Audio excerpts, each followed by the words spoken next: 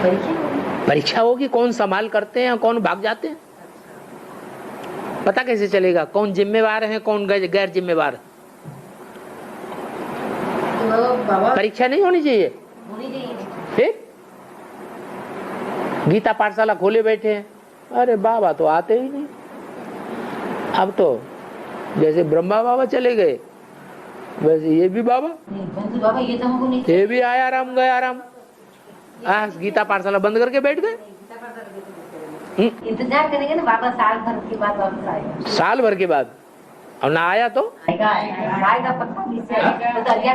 ना आया तो आएगा ये तो निश्चय है ना बाबा। ये क्या बात हुई, दूसरे रूप में आ गया तो उन्होंने पहचाना तो वो तो बहुरूपी है। वो तो साल भर भी बहुरूपी में ही रहेगा। अरे बाबा ने बोला है ये ब्रह्मा तो पुरानी जूती है। क्या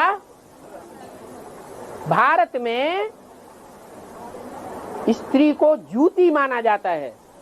मुरली में क्या बोला, भारतवर्ष में स्त्री को जूती माना जाता है, ये ब्रह्मा भी पुरानी जूती है, माने ये जूती भी खलास होने वाली है, फिर नई जूती लेंगे।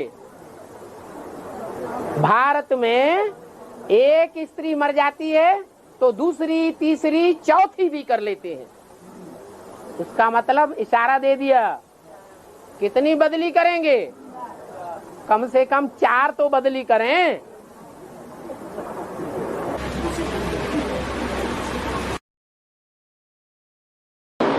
मनुष्य आत्माएं तो ज्यादा से ज्यादा एक कल्प में 84 शरीर बदल देती है।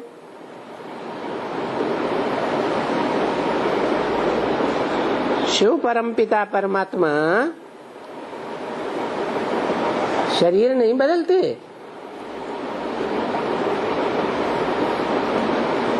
अरे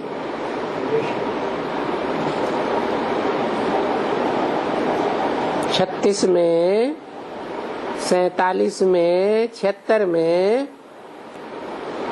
या भविष्य में आने वाले 40 वर्ष पूरे होने वाले टाइम पर शरीर बदलते हैं या नहीं बदलते हैं? बदलते हैं। अभी तो कहा मैं घड़ी घड़ी शरीर तो नहीं बदलता हूँ।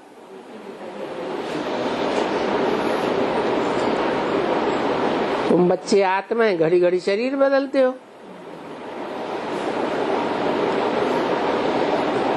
तो सन 36 में भी जिस शरीर में आया वो शरीर बाद में लोप हो गया क्या?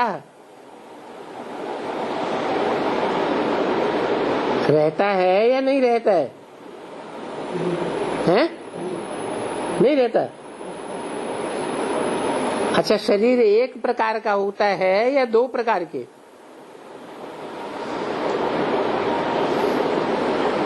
है? ये जो स्थूल शरीर हम देखते हैं यही शरीर है या ये स्थूल शरीर छोड़ने के बाद भी शरीर रहता है? हैं? सूक्ष्म शरीर रहता है ना। तो मैं तो मुकर्रर रथ में आता हूँ। सूक्ष्म शरीर जो वाइब्रेशन वाला शरीर है वो तो खलास नहीं होता, भले दूसरा जन्म ले 84 जन्म ले, सूक्ष्म शरीर तो अपने पूर्व जन्म के संस्कारों के अनुसार रहता ही है। तो वो सूक्ष्म शरीरधारी आत्मा वाइब्रेशन के आधार पर उसमें शिव बाप काम करते रहते हैं।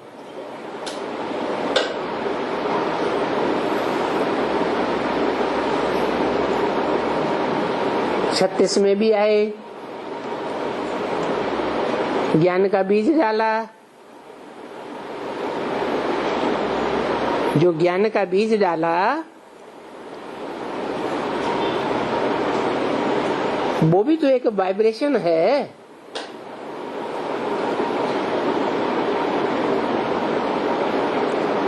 वो वाइब्रेशन का बीज ब्रह्मा की वाणी में भी है, दादा लेखराज की वाणी में वो बीज है। जब बाप प्रत्यक्ष होते हैं तो विस्तार में प्रत्यक्ष होता है। वाइब्रेशन तो वो ही है। जिन वाइब्रेशन से, जिन संस्कारों से सूक्ष्म शरीर तैयार होता है, वो सूक्ष्म शरीर सारी मनुष्य सृष्टि का बीज है। इस मनुष्य सृष्टि के बीज में परमपिता शिव संगम युग में प्रवेश करते हैं।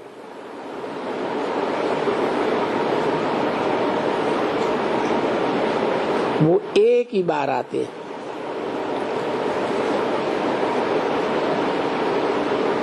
तो कौन सा एक ही बार कहें? न 36 कहें, पतित पावन का बार, न 47 कहें,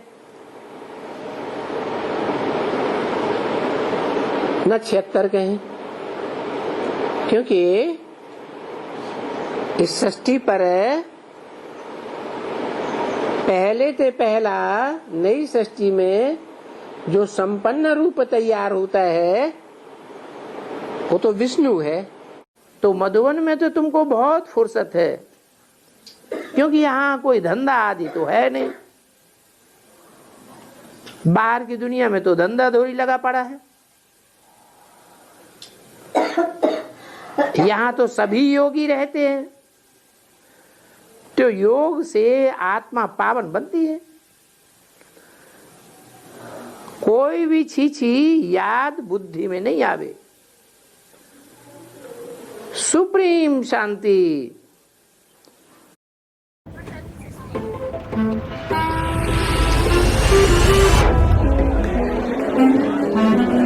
जब सुप्रीम शांति हो जाएगी, फिर नाम रखेंगे टावर ऑफ साइलेंस। किसका? किसका नाम रखेंगे?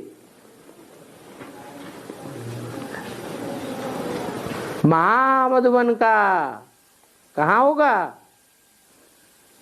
अरे जरूर माउंट आबू में ही होगा।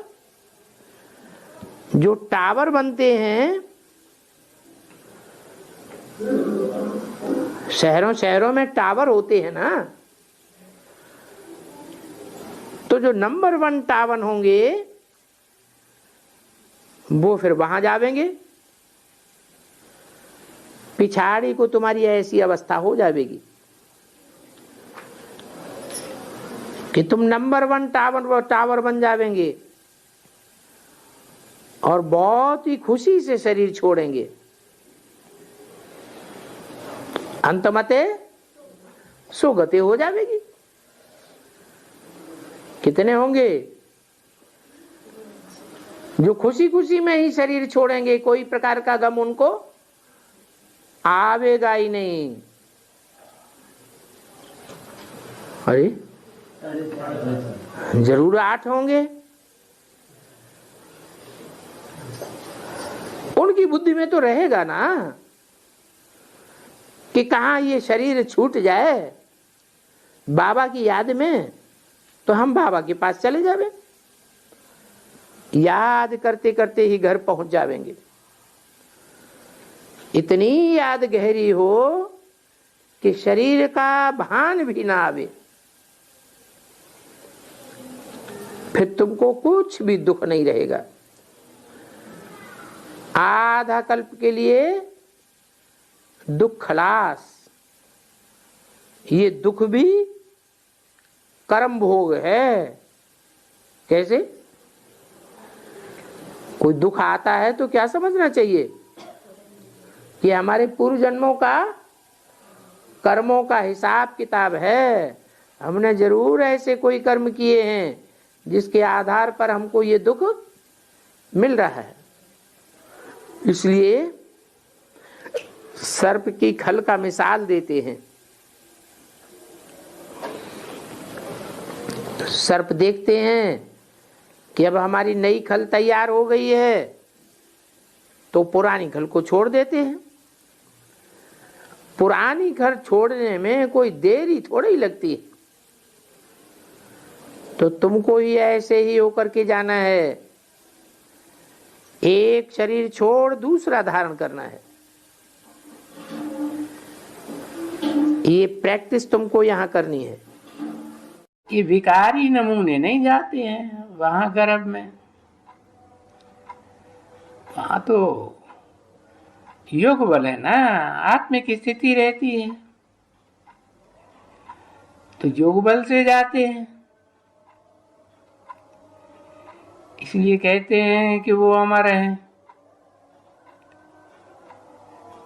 आप ही हम बैठे हैं, अभी बुढ़ा हो गया हूँ, आत्मा कहती है बुढ़ा हो गया हूँ, शरीर पूरा हो गया,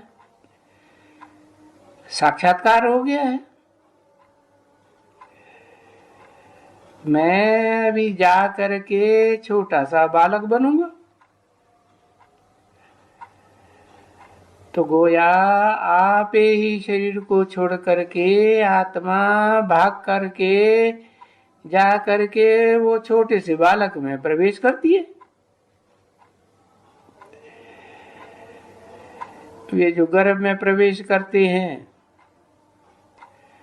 वहां नई दुनिया में तो उस गर्भ को गर्भ महल कहा जाता है। क्यों महल कहा जाता है? क्योंकि उनको कुछ पाप तो है नहीं, जो वो पाप भोगे और गर्भ जेल कहा जाए, इसलिए वो महल कहा जाता है। तो महल में, गर्भ महल में बड़े आराम से रहते हैं, कोई भी दुख की बात कुछ होती नहीं, समझा ना? क्योंकि माँ को भी दुख नहीं होता है, बालक को भी दुख नहीं होता है, वो तो उनका हिसाब किताब ऐसा रहता है, दुख की बात ही नहीं। और ना वो माता कोई ऐसा गंध खाती है जिससे वो अंदर में बीमार हो जाए, दुख सहन करना पड़े। यहाँ तो माताएं बहुत गंध खाती है, तो उस गंध का असर उस बच्चे को भी पड़ता है अंदर ही अंदर। तो बाप बैठ करके वहां नई दुनिया की रस्म भी थोड़ी समझाते रहते हैं बच्चों को कि तुमको अभी सा अपने नए धाम में जाना है।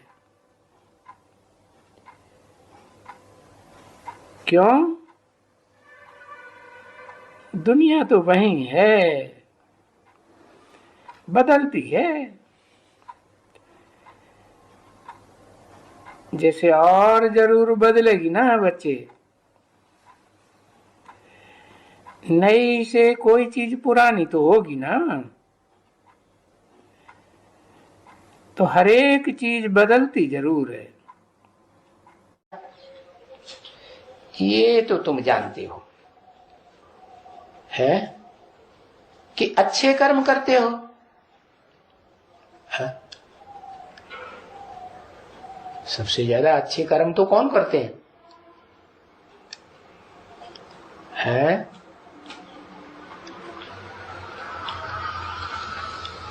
हाँ, देवताएं अच्छे कर्म करते हैं, अच्छे कर्म करते हैं तो उनको अच्छा ही मिलेगा। यहां कर्म नीचे वो करेंगे तो फिर नीची प्राप्ति होती है। तो जो जो अच्छा कर्म करता है तो वो जाकर के दूसरे जन्म में बहुत अच्छे कुल में जन्म लेता है। ये बहुत अच्छा कुल क्या हुआ है? एक तो देवताओं का कुल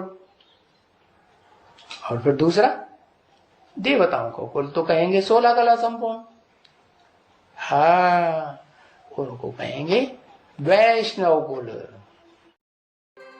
My sister, she's the best at giving gifts. But this time, I'm going to get her the perfect gift that's going to... ये बाबा भले चला जावे, मुरली में वाक्य है, ये बाबा भले चला जावे लेकिन मम्मा यज्ञ की अंत तक पालना करेगी। चलो पहले बेसिक नॉलेज में ही पकड़ लो। बेसिक नॉलेज में अम्मा कौन है?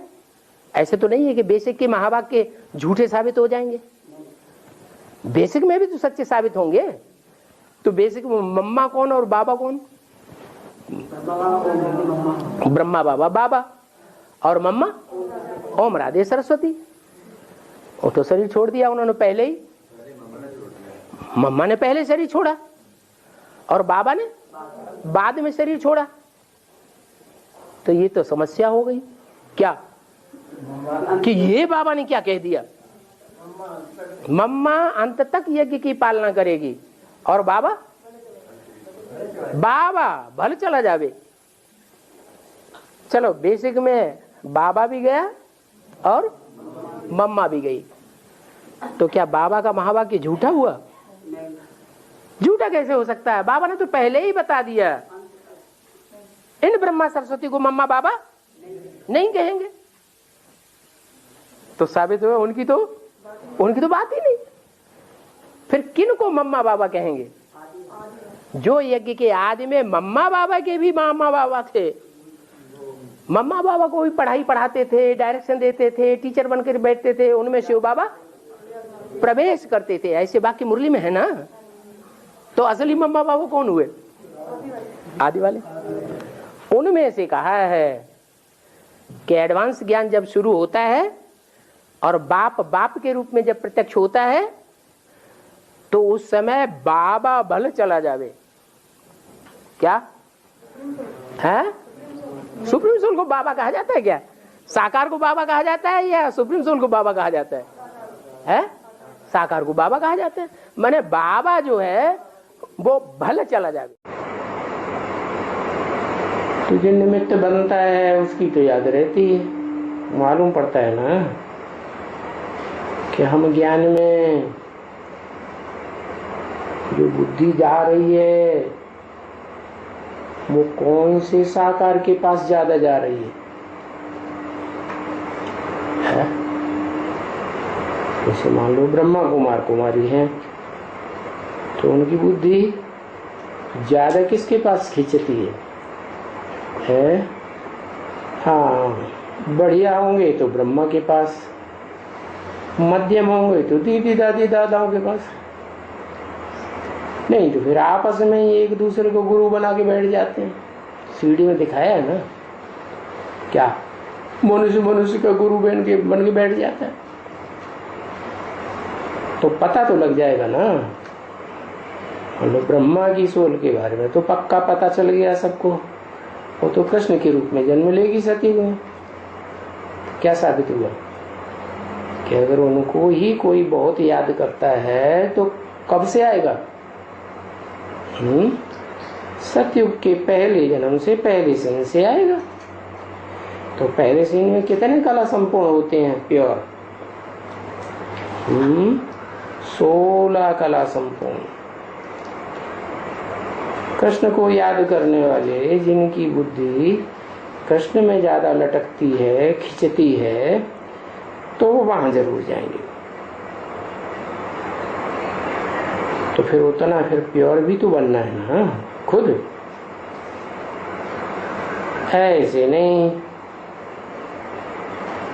कि मार पीट के बने। वो हिसाब किताब खलास करके बने धर्मराज के पास जाके।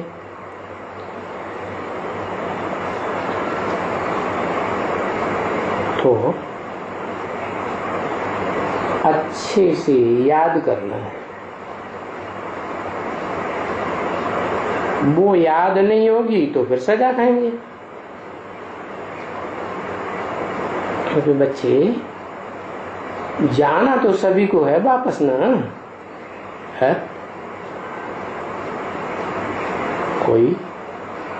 कोई आत्माएं ब्रह्मा के पीछे जाएंगी, माना कृष्ण वाली आत्मा के पीछे जाएंगी।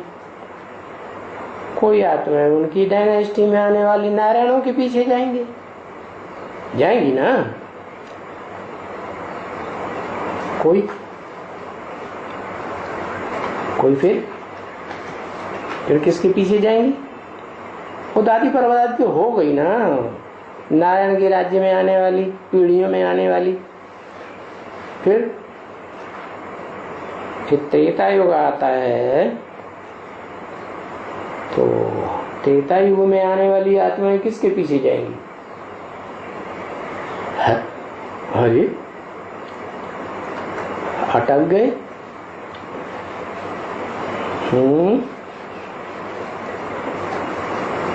त्रेता युग में जो आएंगी कम कला वाले देवता तो सभी जानते हैं कि हाँ सत्युग के बाद कम कलाएं हो जाएंगी किसके पीछे?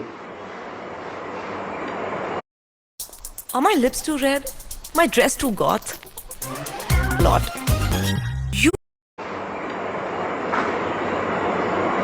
है दो तरह की हैं।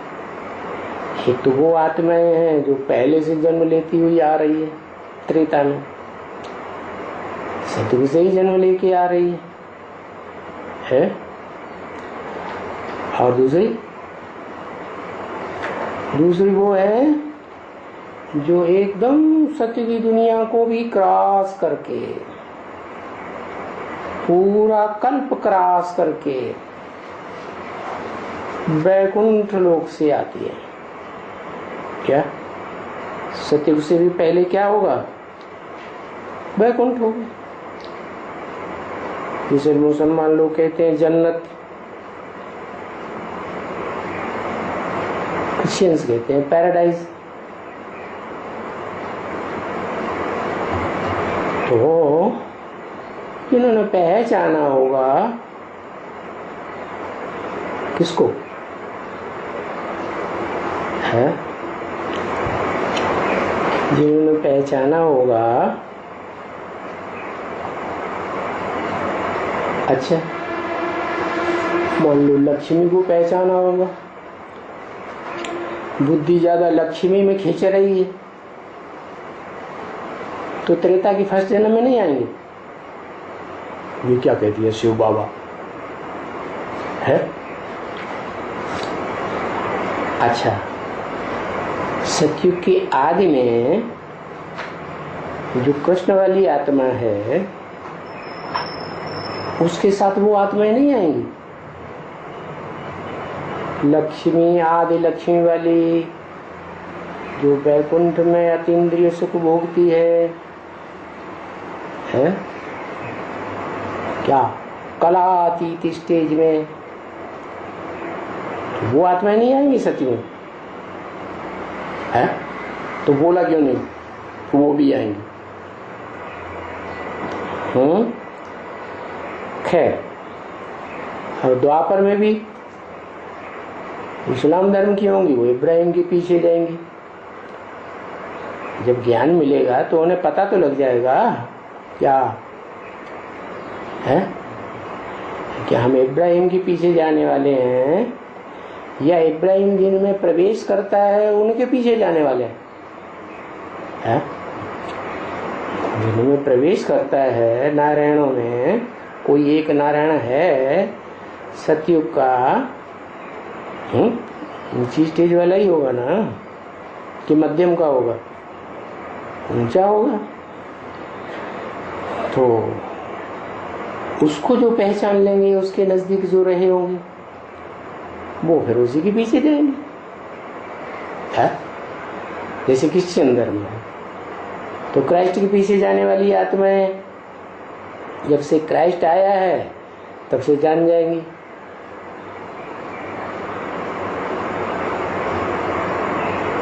क्या जान जाएंगी कि हमको क्राइस्ट के पीछे जाना है।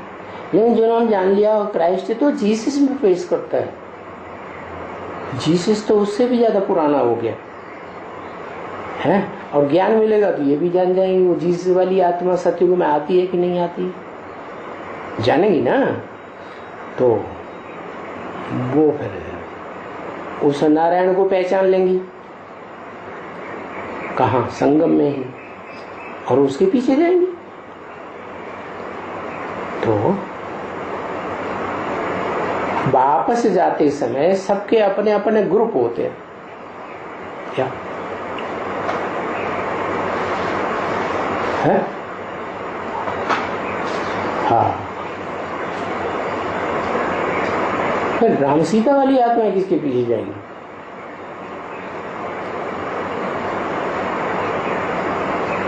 है? चुप, अरे किसके पीछे जाएंगी? है लक्ष्मी नारायण के भी। लक्ष्मी नारायण अलग है, और लक्ष्मी नारायण ऊंचे हो गए और राम वाली आत्मा नीचे हो गई।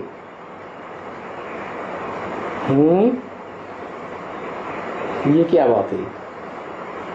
और लक्ष्मी नारायण में भी तो अव्वल नंबर का लक्ष्मी नारायण या बाद वाले लक्ष्मी नारायण? अव्वल नंबर का तो आदि नारायण कहा जाता है। तो आदि नारायण ऊंचे हो गए और राम वाली आत्मा नीचे हो गई, तो बहुत बढ़िया ज्ञान उठाया। क्यों? अरे राम वाली आत्मा, सीता वाली जिसको कहते हैं, राम सीता, त्रेता में पहला गद्दी जमाई जाएगी तो उसमें जो राम सीता नाम पड़ेगा तो वो आत्माएं तो कल्प पूर्व से ही है, सती की दुनिया को बनाने वाली ही है मिलजुल करके। उनमें जिनकी बुद्धि लटकी रही होगी वो तो उन्हीं के पीछे जाएंगे। लेकिन फिर जिनको राम सीता कहा जाता है या कोई दूसरा नाम भी है तो वो किसके पीछे जाएंगे? और उनमें भी दो नंबर है ना, एक राम वाली आत्मा और एक सीता वाली आत्मा। तो जो राम वाली आत्मा किसके पीछे जाएगी या सीता वाली आत्मा किसके पीछे जाएगी?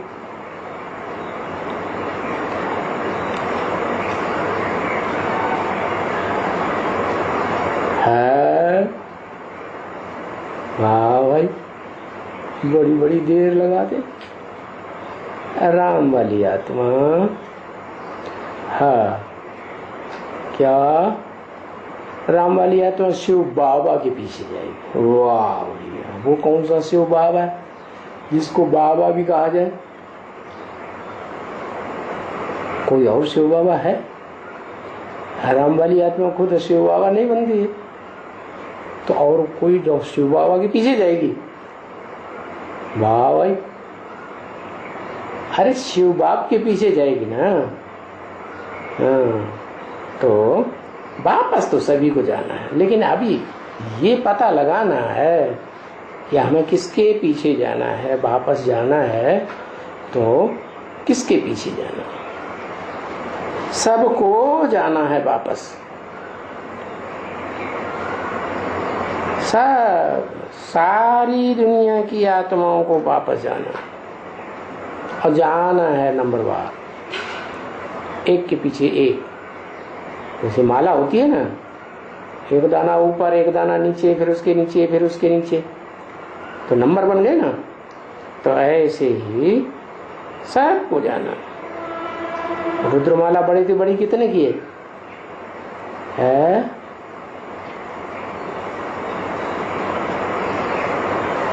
बड़े थे बड़ी रुद्रमाला, बड़े थे बड़ी पूछ रहे हैं तो वो रुद्रमाला बड़े के बड़ी कितने की है, कितनी संख्या की है?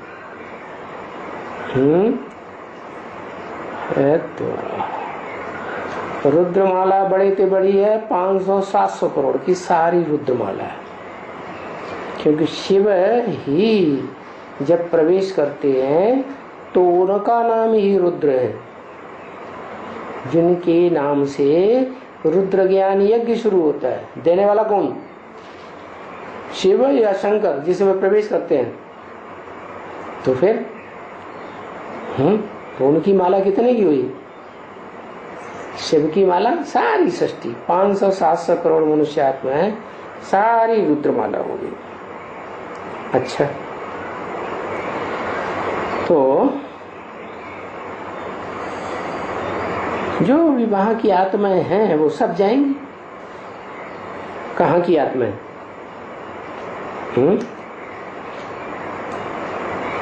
कहाँ की आत्माएं? वहां की माने परम धाम की, सुप्रीम एबोर्ड की जो भी आत्माएं हैं वो सब वापस जाएंगे। छुट्टी लेके जा रही है, बाबा बोले मुरली में बरसात छुट्टी लेके जा रही है। बरसात छुट्टी लेके जा रही है, बरसात छुट्टी लेके जा रही है, बाबा को मुरली में सुने। तो इनके बाद जो 18 के बाद जब बरसात कब से छुट्टी होगी, इस तरह से मुरली उरली नहीं होगा। अभी ज्यादा बोल की बरसात हो रही है कि आगे चल करके जो ज्ञान फैलेगा वो बोल का ज्ञान सुने फैलेगा, बोल का फैलेगा। आगे चल करके जब भगवान बाप शिव बच्चे के रूप में प्रत्यक्ष रूप से प्रत्यक्षता रूपी जन्म लेंगे तो ज्यादा बोल करेंगे या 2 शब्द सुन के ही विश्वास पक्का हमेशा के लिए बैठ जाएगा? 2 शब्द सुनने की पक्का हो जाएगा, 2 शब्द सुनने की। तो यही होना है। तो बोला जाता है बाप दादा, खुदान खास्ता बाप अगर शरीर छोड़ता है तो सारी सत्ता किसके हाथ में आती है? दादा के हाथ में आती है। अब राम वाली आत्मा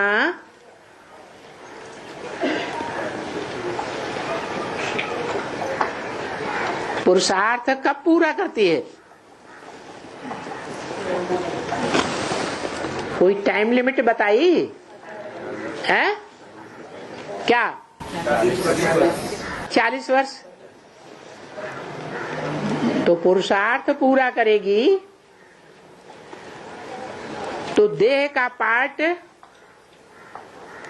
बंद हो जाएगा या चालू रहेगा? देवान खलास, तो देह का पार्ट भी खलास। फिर वो देह रहेगी या नहीं रहेगी? फिर कौन उसके द्वारा पार्ट बजाएगा? है कौन? अरे वो तो प्रैक्टिकल में देह को त्याग दिया। तो बाप कहते हैं पहले सूक्ष्म सृष्टि रचता हूं। वो सूक्ष्म सृष्टि कोई सदगति नहीं है। मनन चिंतन मंथन के आधार पर नई दुनिया का नक्शा तुम्हारी बुद्धि में तैयार करता हूं। वो नई दुनिया का जो नक्शा सूक्ष्म में तैयार होता है वो कोई नई दुनिया नहीं है, वो कोई तुम्हारी सदगति नहीं है। ये ब्रह्मा विष्णु शंकर भी अपना पार्ट बजाए फिर वापस चले जाएंगे। क्या कहा? जो सूक्ष्म वतनवासी ब्रह्मा विष्णु शंकर हैं वो भी अपना पार्ट बजाए कहाँ चले जाएंगे? कहाँ वापस आएंगे? वापस कहाँ जाएंगे? निर्वाण धाम जाएंगे। निर्वाण धाम ऊंचे ऊंच धाम है। ऊंचते ऊंच पार्ट बजाने वाली आत्माएं कहाँ रहेंगी? ऊंचते ऊंच धाम में ही रहेंगी। अरे वो तो राजधानी स्थापन हुई, उसका काम पूरी राजधानी स्थापन करता है और वापस चला जाता है, उसका काम